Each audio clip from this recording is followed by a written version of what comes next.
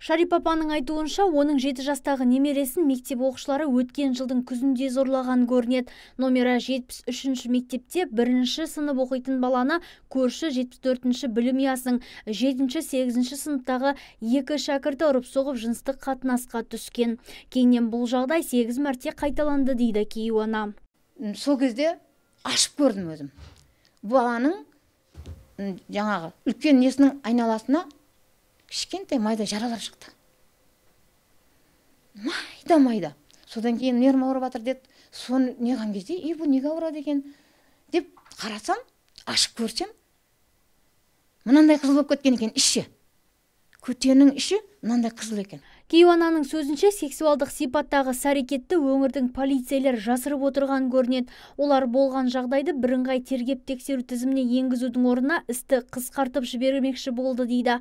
Ал немересі оқитын мектептің мұғалімдері болса, бұл жағдайды мүлдем теріске шығарып отыр. Олардың айтуынша, баланы ешкім зорламаған. Бұл тек әженің әлдекімге жапқан жаласы көрінеді.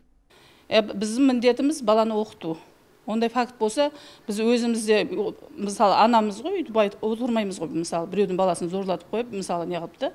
Майра Хамитова номер 73-ші мектепте психолог болып жұмыс істейді. Ол бүлдіршіннің ақыл есі өз жасына сай, бірақ бұл жастағы балалар үлкендердің ақылымен жүретінін айтады. Ал көрші мектептің оқушылары 7 жастағы баланы зорлады деген ақпарат шындыққа жанаспайды дейді.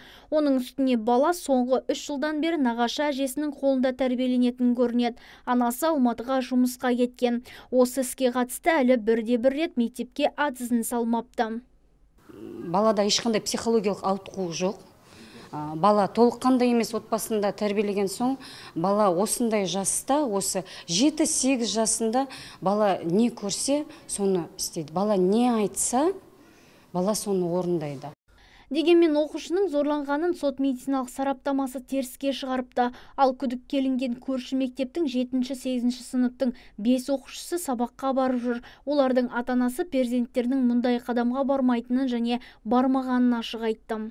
Біз баламыздың ақ екеніне, біз жала екеніне көзіміз жетеді. Біз ауру олар, біз білеміз. Сол үшін үндемейміз. Осы күні 7 жастағы бала оқитын мектепте комиссия құрылған. Ұстаздар жан-жақты тексеру жұмыстарында бастап кеткен. Тіпті арнайы сараптамада тағайындалып, тергеу амалдары жүргізілуде. Бұл жайт Сарыағаш аудандық ішкі істер басқармасының полиция бөлімінде сотқа дейінгі бірыңғай тергеп тексеру тізіміне тіркелді. Қазіргі таңда тергеушілермен Қазақстан Республикасының қылмыстық кодексінің 121-ші бабы бойынша сотқа дейін тергеу амалдары жүргізіліп жатыр. Бірнеше сараптамалар тағайындалған. Қазіргі таңда тергеу ісі құпия жүргізіліп жатқандықтан кейбір ақпараттар айтылмайды. Белгілісі қылмыстық іс облыстық ішкі істер департаментінің бақылауында болмақ.